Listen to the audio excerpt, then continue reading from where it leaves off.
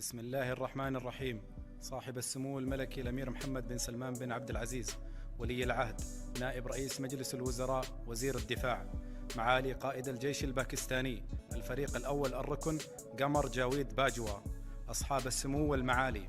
تنفيذا لأمر خادم الحرمين الشريفين الملك سلمان بن عبد العزيز آل سعود حفظه الله بمنح وسام الملك عبد العزيز من الدرجة الممتازة لمعالي قائد الجيش الباكستاني الفريق الأول الركن قمر جاويد باجوة، وذلك تقديرا لجهوده المميزة في توطيد وتعزيز أواصر الصداقة والتعاون المشترك وتطوير العلاقات السعودية الباكستانية. يتفضل صاحب السمو الملكي الأمير محمد بن سلمان بن عبد العزيز ولي العهد، نائب رئيس مجلس الوزراء، وزير الدفاع، بتقليد الفريق الأول الركن قمر جاويد باجوة وسام الملك عبد العزيز من الدرجة الممتازة. بسم الله الرحمن الرحيم. صاحب السمو الملكي الأمير محمد بن سلمان بن عبد العزيز ولي العهد، نائب رئيس مجلس الوزراء، وزير الدفاع، معالي قائد الجيش الباكستاني الفريق الأول الركن قمر جاويد باجوة، أصحاب السمو والمعالي،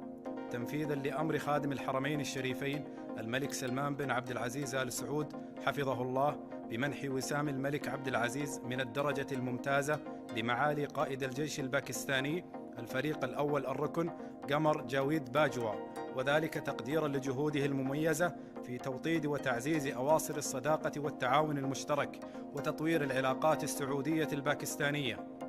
يتفضل صاحب السمو الملكي الأمير محمد بن سلمان بن عبد العزيز ولي العهد، نائب رئيس مجلس الوزراء، وزير الدفاع، بتقليد الفريق الأول الركن قمر جاويد باجوة وسام الملك عبد العزيز من الدرجة الممتازة.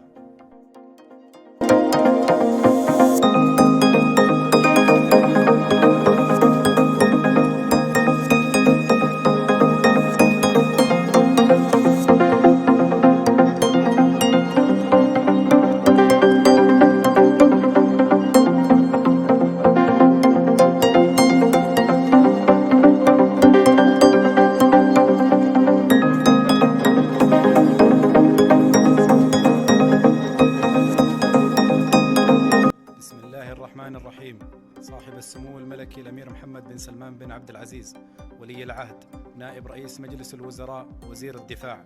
معالي قائد الجيش الباكستاني الفريق الأول الركن قمر جاويد باجوة، أصحاب السمو والمعالي،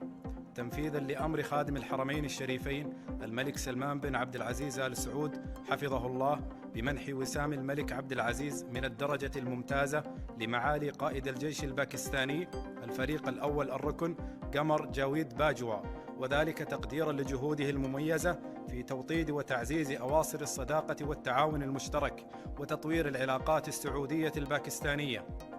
يتفضل صاحب السمو الملكي الأمير محمد بن سلمان بن عبد العزيز ولي العهد، نائب رئيس مجلس الوزراء، وزير الدفاع، بتقليد الفريق الأول الركن قمر جاويد باجوة وسام الملك عبد العزيز من الدرجة الممتازة.